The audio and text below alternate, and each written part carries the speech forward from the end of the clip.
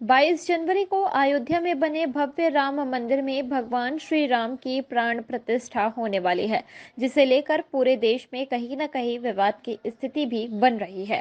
कुछ लोगों का मानना है कि शंकराचार्य के निर्णय का सरकार को पालन करना चाहिए था, तो वहीं कुछ लोग ऐसा भी कह रहे हैं कि जो निर्णय हुआ है वह सही है, जिसे लेकर अब राज्यसभा सांसद विवेक कृष्ण तन्खा ने भी अपना पक्ष रखा है। उनका मानना है प्रभु राम का नाम एक ऐसा नाम है जिसे लेकर कभी भी विवाद नहीं होना चाहिए, लेकिन उसके बावजूद विवाद हो रहा है, जो एक निंदा का विषय है। इस मामले को लेकर उन्होंने आगे कहा कि यह सरकार का कर्तव्य बनता है कि देश में राम मंदिर की प्राण प्रतिष्ठा को लेकर विवाद ना हो। वहीं सरकार को इस बात का भी ध्यान रखना चाहिए कि शंकराचार्य क्या कह रहे हैं।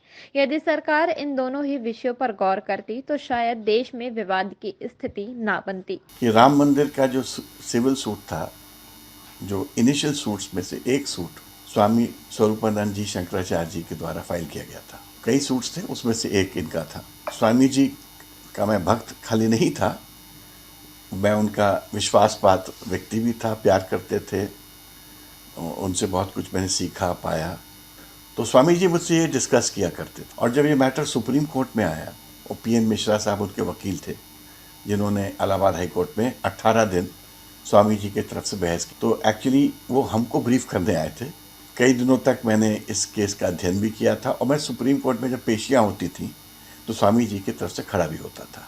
एक प्रकार से मंदिर के पक्षधर हूँ, क्योंकि मंदिर की इस लड़ाई में स्वामी जी के माध्यम से, उनके वकील होने के माध्यम से मेरा भी एक योगदान था। और वैसे भी मैं थोड़ा स्पिरिचुअल माइंडेड हूँ, और हम लोग कश्मीरी पंडित हैं, शिव भक्त हैं। देखिए, मुझे तो दुख है इस बात को लेके।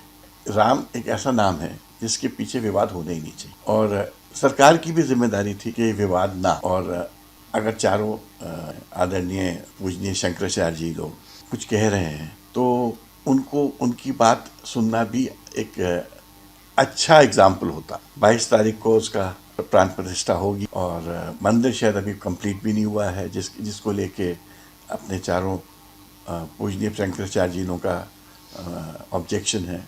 तो सरकार को ये ज़रूर उनकी बात सुननी चाहिए थी, उनको उनकी सहमति के साथ ये करना चाहिए था, और सहमति के साथ करते तो इसका और बड़ा भव्य रूप इस देश में सामने आता।